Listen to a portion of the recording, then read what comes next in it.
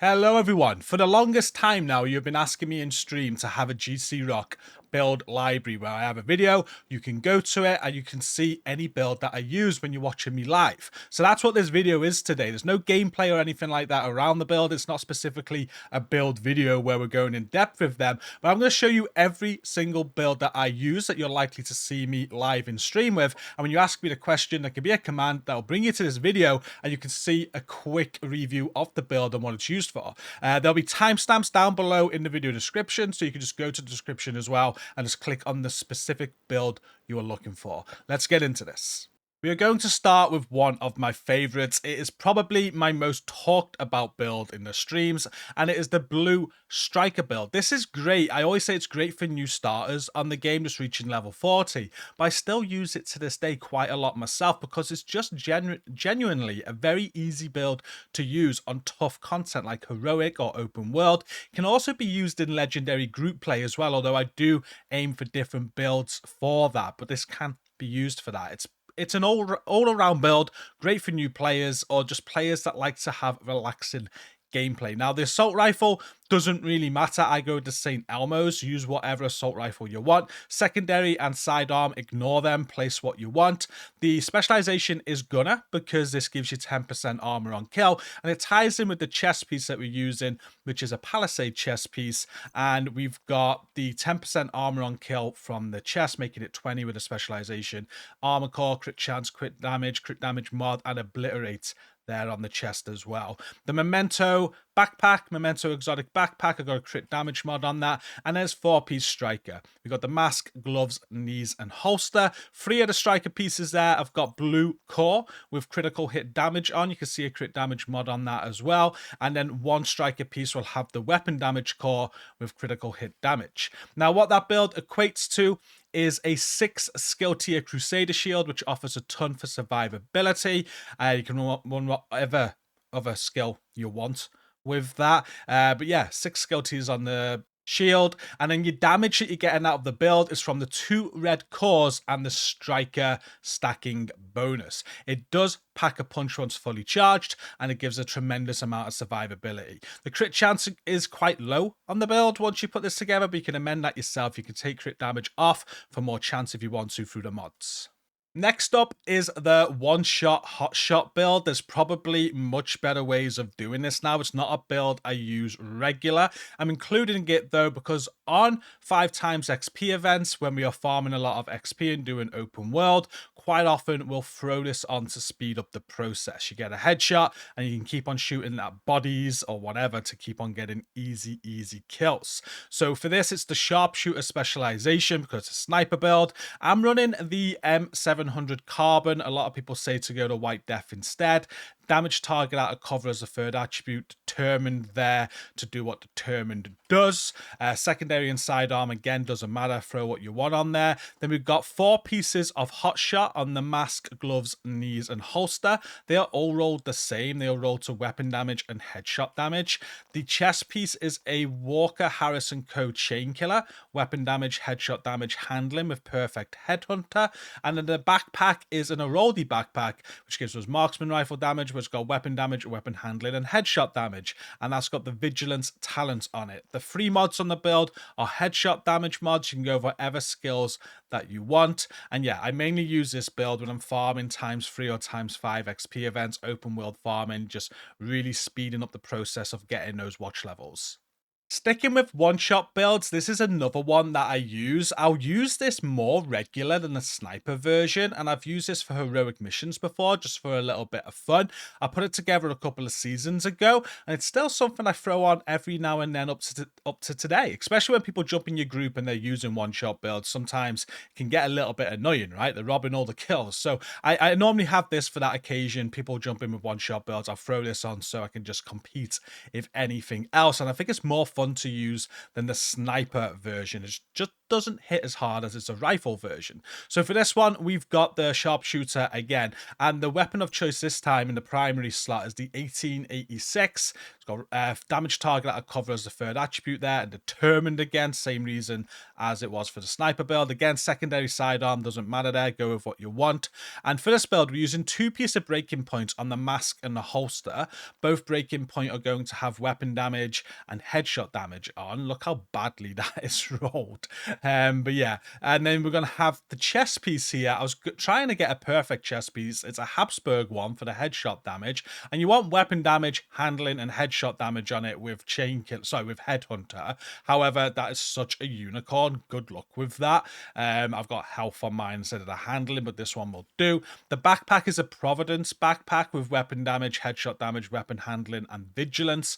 I've got the handling that time, and again, Providence gives you headshot damage. And then we've got the Overdog's exotic gloves there. We just want that for the talent. And then the knee pads are the Fox's Prayer knee pads for the damage target out of cover and headshot damage on there. It's giving rifle damage as well to support the rifle. Again, go over whatever skills that you want on that, but super fun build to use, and it's great for heroic content.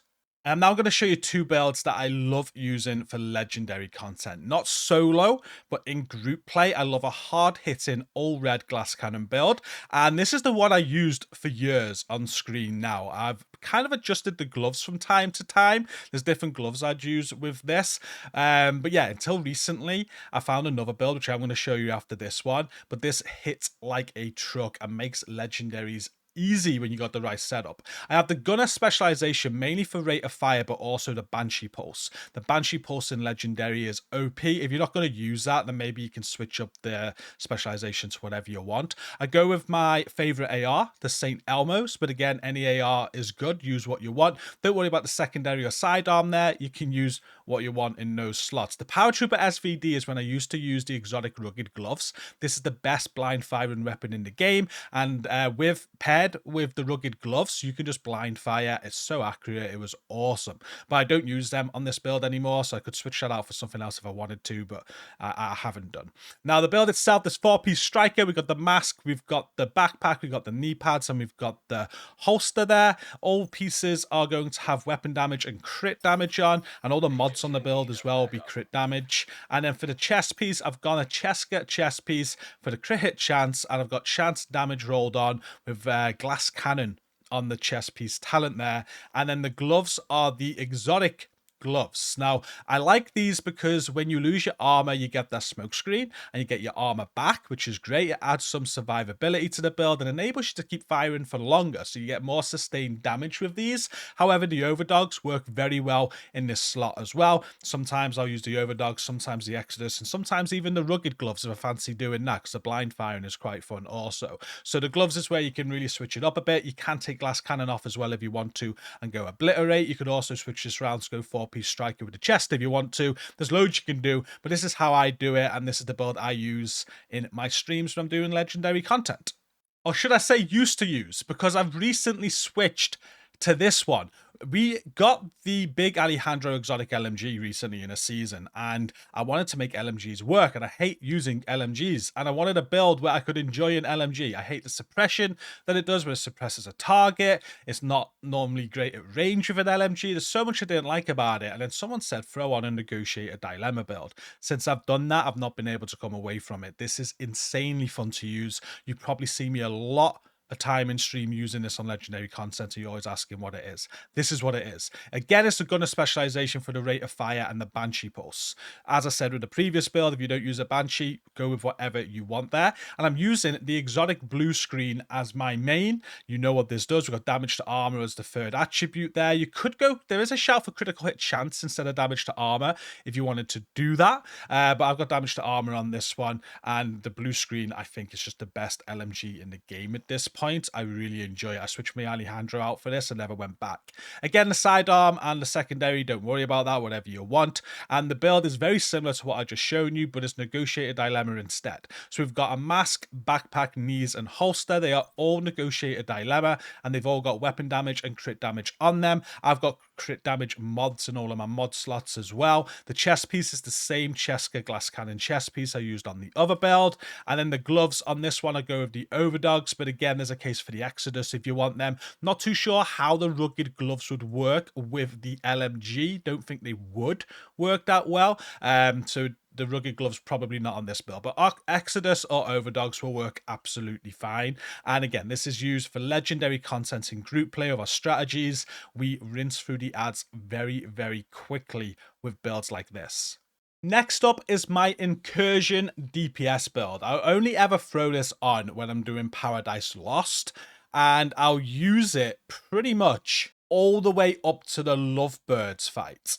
And even then, I'm using the same build, just with an amendment. So this is what the build looks like when I'm running the Paradise Lost Incursion and doing DPS. We've got the Gunner specialization there for rate of fire, mainly. And then we're going to be using the Backfire Exotic. This is absolutely OP in the Incursion. You just need to deal with the bleed, but it's really, really powerful. It's hard not to use this. So we're going to go to Backfire. And the secondary there is important this time. You want a stacker as the secondary. There's going to be moments during this Incursion that you're going to want to stack up your striker stacks. So I've got the lefty on, but an ACS 12 as well with Brazen is going to be fine. I think I used to have that on. I just haven't saved it. There you go. There's the ACS 12 there with Brazen. But as long as you got a shotgun, you got a stacker to get those striker stacks up when you need them. Sidearm doesn't really matter. Now the build will have some amendments as I go. Now for the first area on the Incursion, sometimes I'll take the Backfire off and just throw on an Elmos if I'm shooting out the turrets. But if anybody's ever Oxy in them, I leave it as it is. And then as we get up to the Lovebirds, the gloves will change as well. When I get to the Lovebirds, or even the second boss, so right, the second encounter, you could take out these gloves and throw on the overdogs. But how the build looks is like this. We've got 4-piece striker, the mask, backpack, chest, and holster. All of these are rolled to weapon damage and crit damage. All the mods on the build are crit damage. The gloves that I have on are the Eagle's Grasp gloves, gives me a magazine size, and then weapon handling as the perfect attribute there with a crit damage roll. Now the weapon handling really helps on the second encounter on the tanker. It's the tanker that you're doing, and I kind of do the courtyard area, and at range the handling just helps the SMG at range. It's very, very good, and that's why they're on the build. And then the knee pads there are the Fox's Prayer knee pads with crit damage on. So I will switch those gloves out when I get to the third encounter, right, for the overdogs, because they are just more powerful. You're going to do more damage, and for most of the time you're doing damage to that boss, it's the only enemy you're shooting at, so you get the 30% amplified damage. And for the Lovebirds as well, they are also very powerful. I'd have the overdogs on instead of the Eagle's Grasp there, just because of the same reason. When you're fighting the Lovebirds, you're going to get that 30% amplified damage. It's hard to say no to that. But even without them, left as this, if you're just lazy, this will still do the job on those boss encounters. It hits ridiculously hard.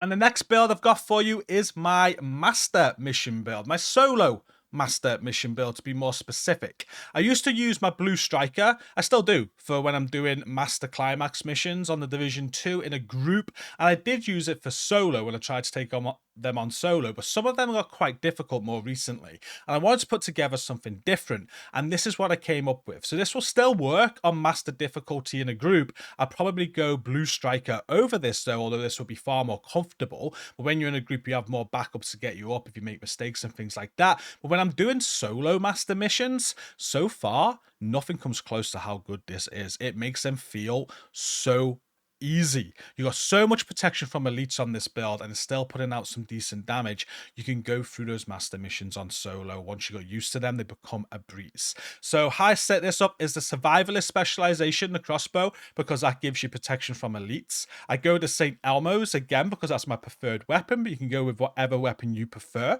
any AR. The secondary and the sidearm don't matter on this build. Go with what you want. We've got the Memento exotic backpack with a PFE mod on. There's PFE mods across this build bar one. I'll show you as we go. But yeah, the Memento on a build like this is brilliant for the trophies you're picking up for survivability and everything it does for you.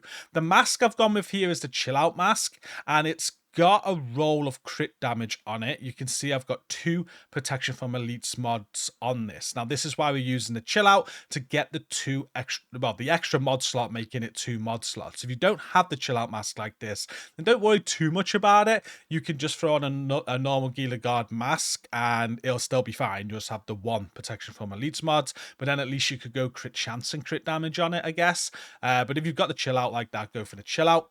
The chest piece is a palisade chest piece. Again, we've got armor on kill, crit chance, crit damage. We've got obliterate and a protection from elites mod on that. The gloves are the 511 death grips. This gives me 30% health, but why I'm doing this is for the 10% perfect armor on kill attribute. So got a crit damage roll as well with more armor there, and that will go in line with the chest piece to give me 20% armor on kill. Not that essential to the build. You could go a second piece Gila here if you want to, another improvised if you want to. It's entirely up to you. This is how I do it though. And then the holster and the knee pads are both improvised pieces. The holster is an improvised with weapon damage, crit chance, and a protection from elite mod. And then the knee pads is a armor, crit chance, crit damage mod. Now I'm doing a crit damage mod there because I'm pretty much reaching the PFE cap, I believe. If I didn't have the chill out mask, I'd throw a PFE mod here as well to counter the mod I'm losing off my mask. However, if I went improvised gloves, then I'd keep it as it was. Play around with it. I think the PFE cap is 80%, so you can go up to 80%. Anything above that is going to be void. So get as close as you can to 80% PFE, and the 2 red cores there are going to give you enough damage. You don't have the backup of the striker like I do in my blue striker, but it still is enough damage, and your Crusader shield is hitting 6 skill tiers again to offer you a tremendous amount of survivability. And on master missions, most of the enemies are elite, which is why a build like this makes sense.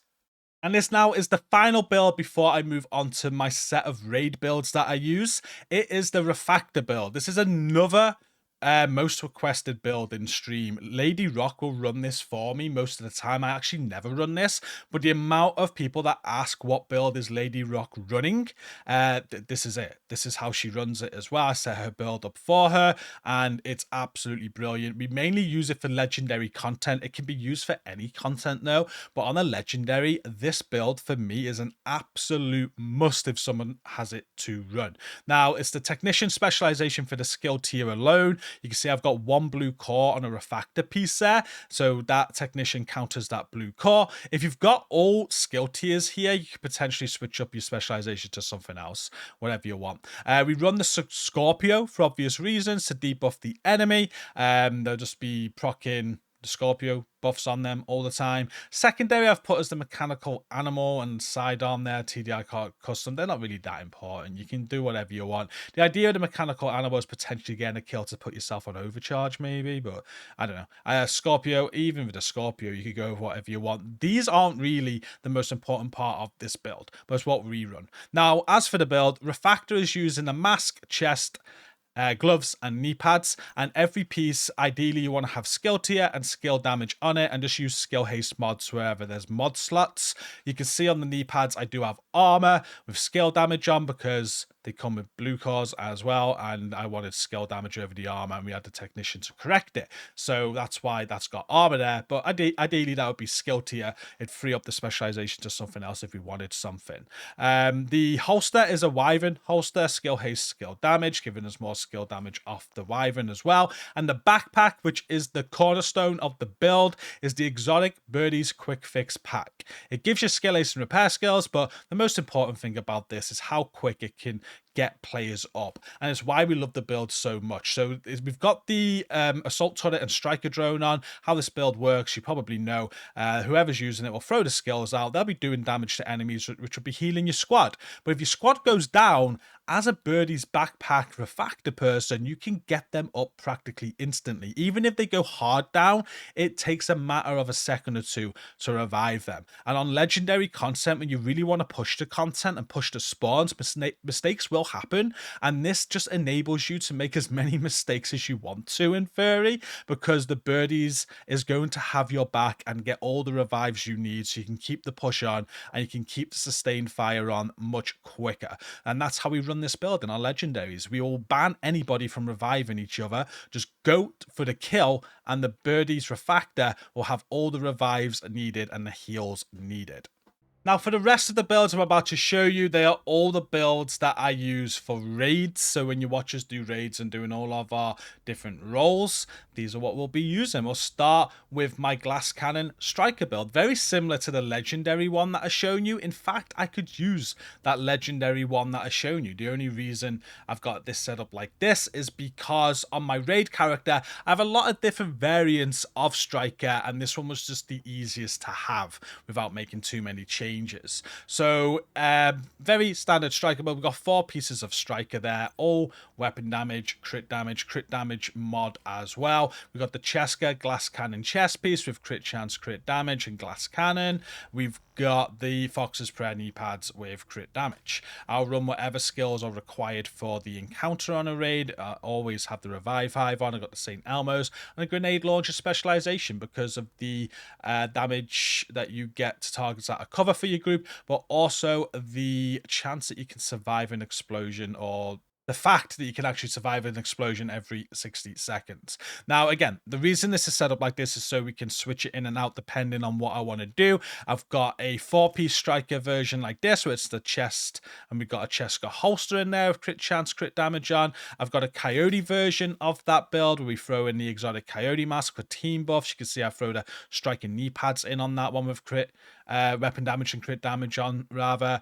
And then there's a glass one again. We've got a coyote glass version also, so this has got the coyote mask on and striker knee pads on, still keeping the Cheska glass cannon chest piece. There's a tardigrade version of the build where we have the exotic tardigrade chest piece, and it's then going to be exactly the same as the striker glass cannon one, just swapping the chest out pretty much. And then there's a tamper proof version where we go coyote mask, a Cheska chest with crit chance, crit damage, and tamper proof, and 4 striker pieces with crit damage on. Now, there is one more striker build we use on the raids, and that is the explosive striker. This is a very tankier striker build, and it is only for one encounter, which is the Morazova encounter on Iron Horse. The purpose behind this build was we didn't feel like we needed all the damage that we had, and more survivability would mean that we could flawlessly encounter more often. And it certainly did that, because this has a ton of survivability for that encounter with all the explosive resistance. So you're still packing a punch, or at least enough of a punch that is needed. So it's the grenade launcher specialization again, because you can survive an explosion every 60 seconds. The St. Elmo's again. I do recommend a stacker on this, because on the Morazova boss fight you can stack on the train to keep your striker stacks up, and because of the lack of damage on the build, the stacks are going to be quite important. So have a stacker like the lefty or something, and you're fine. Side on doesn't matter. Now, the ninja bike backpack is going to be used on this build because it's what makes it all work. I know a lot of people don't like the ninja bike because there's no DPS build out there that really uses it, but this build isn't about DPS. It's about survivability and making everything work. So it works on this build. We've got 3-piece of striker, obviously a ninja bike being the 4th. The striker mask there has weapon damage and explosive resistance on it with protection from elites as a mod. The striker chest has weapon damage and explosive resistance with protection from elites as a mod. And the knee pads has weapon damage, explosive resistance on it. For the holster, we're going to Piccaro's holster for the skill tier. With the ninja bike, you get the 2-piece proc on this. It's got armor, explosive resistance, and a bit of extra weapon damage on that. And then for the gloves, we got the Bellstone gloves, so we're getting armor regen and armor on kill. This has armor regen, and explosive resistance on it. And that is the build. You can run a decoy with a revive hive, or you could go Crusader shield with a revive hive. If you do go Crusader Shield, or even with your decoy, it's going to be a 5 skill tier skill, not a 6. You could potentially go 6 if you wanted to drop a red core, but I think a 5 skill tier is absolutely fine. And look, we've got 4 red cores on the build as well, with 200 striker stacks once we get it fully stacked up. There's no crits on the build at all, really, apart from the mods from the Elmos or the watch stats or whatever. But yeah, it's enough damage for the Morazova boss fight, and all that explosive resistance and protection from elites makes it very, very easy to do. Next, I have two tank builds that I use for the raids. They're pretty much identical. They're just for different encounters, and the weapons I'll switch up to whatever weapons I need when I'm using them. So I'll show you this first one here. This is the Hasbro tank build. It's got the firewall specialization, so my team can damage a boss when I'm close to it. For the weapons, I've got the mosquito set up as at the minute with the lefty for sledgehammer, and sometimes I'll go to Scorpio instead. I've got the carbine 7 though, so sometimes I'll want that when I'm on the third encounter on Iron Horse to shoot out the letters and the cogs. So you'll switch the weapons up as and when for what you're doing. Sometimes, again, I'd have the Scorpio for another encounter. So go for what you want on the weapons there. The build itself, though, looks like this. You're going to have the Catharsis Mask. This is going to heal yourself. It'll have protection from elites on it as well. This is kind of a PFE build to make yourself as tanky as possible. But the heals off the Catharsis is very nice. We got two improvised pieces. Very nice. We've got two improvised pieces on the build, the gloves and also the knee pads. Both are exactly the same. Armor has a protection, armor regen with protection from elites as a mod. And then the chest piece on this is a appointment. It's got armor, has a protection, armor regen, and protection from elites, giving perfect vanguard. And the backpack on this one is Bellstone Armory. It's armor, armor regen, has a protection from elites as a mod with adrenaline rush. This, the holster as well. I've gone with a Jarl holster here because I had one with armor regen, and hazard protection. But honestly, what you could do here is just go improvised if this is hard to get for you. You'll lose the hazard protection there, but what you could do is you only really need the Hasbro, I'd say, for boss 2 on Iron Horse. So throw a burn resistance mod on an improvised piece, and this will work exactly the same. And then for the third encounter, you could even throw more PFE on this if you want to, but it's really not that important. If you got a Jarl piece, great, go armor regen, and Hasbro, or if not, go improvise and throw whatever mod you want on. This is a very, very tanky build, a lot of PFE on it, a lot of Hasbro on it as well, and yeah, it'll be hard to die with this. We've got the Bulwark Shield and a Revive Hive. Now, the other build I use is exactly the same with just some small adjustments. Now, instead of being hazard protection, this is used when we do the Morazova encounter on Iron Horse, and we switch the hazard protection out for explosive resistance. So exactly the same build, but I'm just going to go over the differences. We've removed Jarl altogether, and what we've done is we've brought in a Lengmo piece. So we've still got a appointment chest piece, just without Hasbro, its explosive resistance. Bellstone without Hasbro, its explosive resistance instead. Catharsis is exactly the same. The holster and knees are both improvised there. They've got explosive resistance and armor regen instead of Hasbro and armor regen. And the Lengmo backpack, it comes with 20% explosive resistance. It's got explosive resistance on it, armor regen on it. So exactly the same really as the other build, just with all the explosive resistance. And they still got adrenaline rush on the backpack as well. We still got perfect vanguard. So yeah, two different tank builds, but one made for Hasbro and one made for explosive resistance. For our raids, we'll also use two different healer builds, and the reason being is because I came up with a true Patriot healer, which works very, very well. So I'm going to go over the normal healer build first, though. Now, the normal healer build is just a future initiative healer. This is what it looks like. There may be differences that people do, but whatever you want to do. We've got the survivalist specialization there because it gives better outgoing healing. We've got the Scorpio for giving the Scorpio buffs and helping with the double downs on Boomer. There's the sledge there on the lefty if needed. We've got 4 pieces of future initiative. Each of these pieces will have skill tier repair skills on with repair skills mod wherever there's mod slots. BTSU gloves as well, so we can do overcharge when we want to, or refresh hives for the team when we want to. And as for the backpack, we got the setup. It's got repair skills, skill haste on there, and it comes with perfectly opportunistic. So when you are shooting things with a Scorpio, you're proccing opportunistic for the squad. And that's how we put that build together. We've got the reinforcer chem launcher, and we've got the restorer hive. And then the true Patriot healer looks like this. Again, the survivalist, Scorpio, lefty, whatever you want there. But we've got 4 pieces of true Patriot. And the reason for this is because we can give more damage to the team with True Patriot, and we can run a future initiative DPS, which we'll have a look at in a moment, to still have the future initiative buff as well. So we've got the True Patriot mask. All pieces are the same. We're going to have skill tier and repair skills on them. Repair skills mods where mods go. This is quite a hard farm, quite an annoying farm because they all come with blue core naturally, so you need to get repair skills on them to then go and roll skill tier on it. Still got the BTSU gloves, so we can overcharge when we need to, or we can refresh hives. And as for the chest piece on this, we got the Alp Summit chest piece. This gives repair skills, got skill tier, repair skills, skill haste on that, and empathic resolve. So when we're healing allies, we're giving them extra damage. So again, extra damage from the True Patriot, again, extra damage from the FI DPS I'll show you in a moment, and they're also going to get extra damage from empathic resolve. Now I'll use this healer build when I got my team with all the different builds over the FI healer for most of the raids. However, it does require a lot of team synergy to use it, and if you don't have the team synergy, then it doesn't really make up for it doesn't really work unless you got the synergy going. So very, very good, providing the team's got the synergy. If not, I'd just use the Future Initiative healer. But the synergy that's required, I'd say, is definitely somebody running this Future Initiative DPS build, because you want this as well on top of everything else I just mentioned. And a Future Initiative DPS build looks like this. We've got the Survivalist specialization. This is only on there because you'll change the specialization depending on what raid it is. This will be used on Dark Hours because you'll be the person that has the crossbow, but on Iron Horse, I'd probably switch this to the Demolitionist, have the grenade launcher instead. Not that important, though. You can fit this wherever you want to fit it. I go to St. Elmo's on this, again, because it's my favorite AR. You can go with what you want.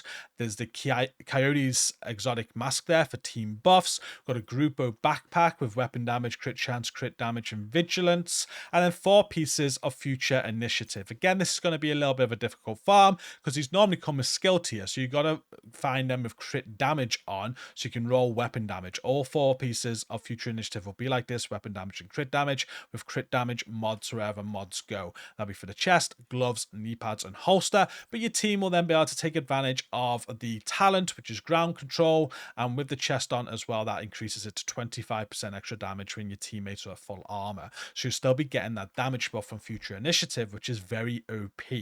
Another build that we use to synergize a lot of damage within the team is this ongoing Directive Overwatch opportunistic build. I love having this in the squad when we're doing raids. It just, again, increases the team damage, and that's why we use it. Now, we're using the Survivalist specialization here because I'll always get my person using this to be on one of the plates on Razorback so they can take out the gate with it. But again, you can position this wherever you want to, really. I guess you go with any specialization that you want, but that's why I have that there. On this build for the AR, we're going to use the Carbine 7 or any AR that you prefer with Vindictive. The way we're going to use this build for some encounters, Vindictive talent can work kind of nice. Killing an enemy with a status effect applied is going to grant you and all allies within 15 meters crit chance and crit damage. So there's a few encounters where that works very, very well. Not that important, no. We're just trying to get the most damage for the team out of the build with that, which is why we use it.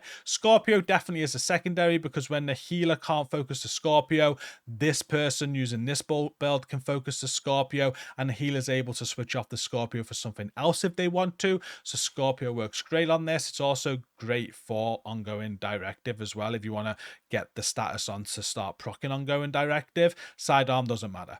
For the build, 4 pieces of ongoing Directive on the mask, gloves, knees, and holster. These are all going to be weapon damage and crit damage. Throw crit damage mods where there's mod slots. The chest piece is a Grupo chest piece, weapon damage, crit chance, crit damage, and Overwatch. You're going to be spending a lot of time in cover to proc Overwatch for your team. And the backpack is the setup, weapon damage, crit chance, crit damage, and that's got perfectly opportunistic. So when you are using the Scorpio, you're also proccing opportunistic on the enemy for your team. The whole gameplay loop of this is to get a status, kill that enemy with the status on them, or your team does it. You'll get those hollow point rounds for you and your squad, and as long as you keep on proccing, then I'll then switch back to my assault rifle. With the hollow point rounds, I'll be automatically proccing status on an enemy to keep that rotation of hollow point rounds going for me and my squad. If ever I lose it, switch back to my Scorpio, get them back again, and so on. So while staying in cover and with my Scorpio proccing opportunistic, you are giving your team a huge buff in damage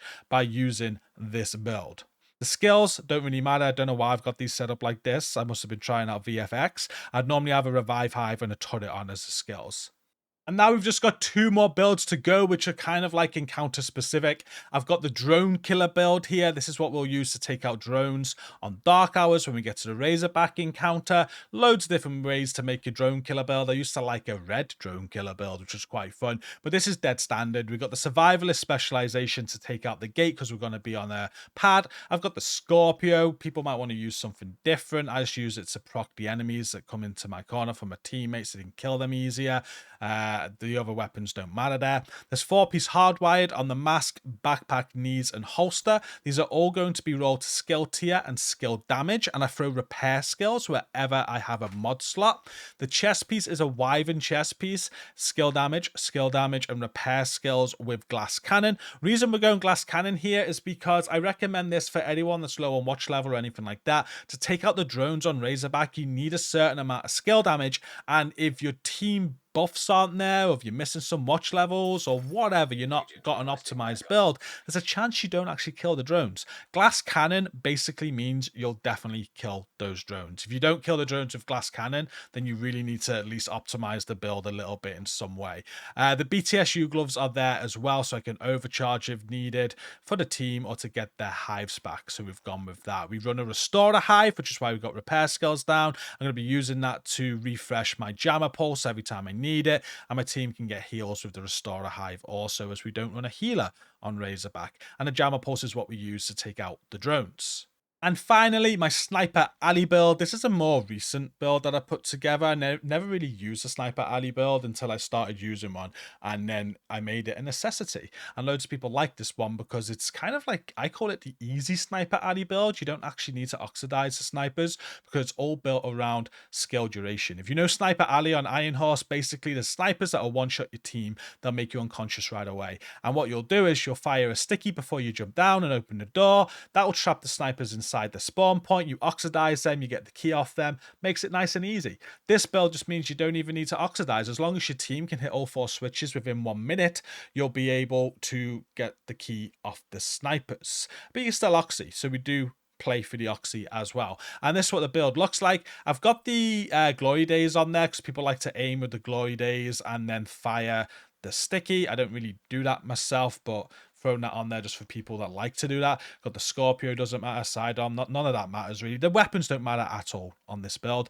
We've got the Ninja Bike backpack to get as much skill duration out of this build as possible. So you want the Ninja Bike backpack, and wherever there's mod slots as well on this build, you'll be going with skill duration mods. We've got the Wyvern mask here on the build. It's going to be ticking all 3 pieces of Wyvern to give the 45% skill duration, and then you want status effects and skill damage as the attributes, because that's going to again improve the duration of the EMP, and the skill damage is going to help with the oxy.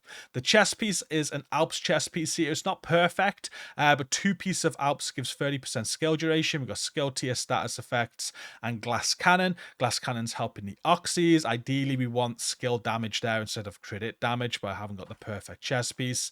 For the holsters, the other piece of Wyvern there, status effects and skill damage. For the gloves, we've got Murakami gloves. This procs 2 pieces for repair skills, but we only really want the 1 piece there for 15% skill duration, and it's got skill damage and status effects. And the knee pads are the named Grease Shiny Monkey knee pads. These are going to give skill duration of 15%, and it's also proccing skill efficiency, which isn't really needed.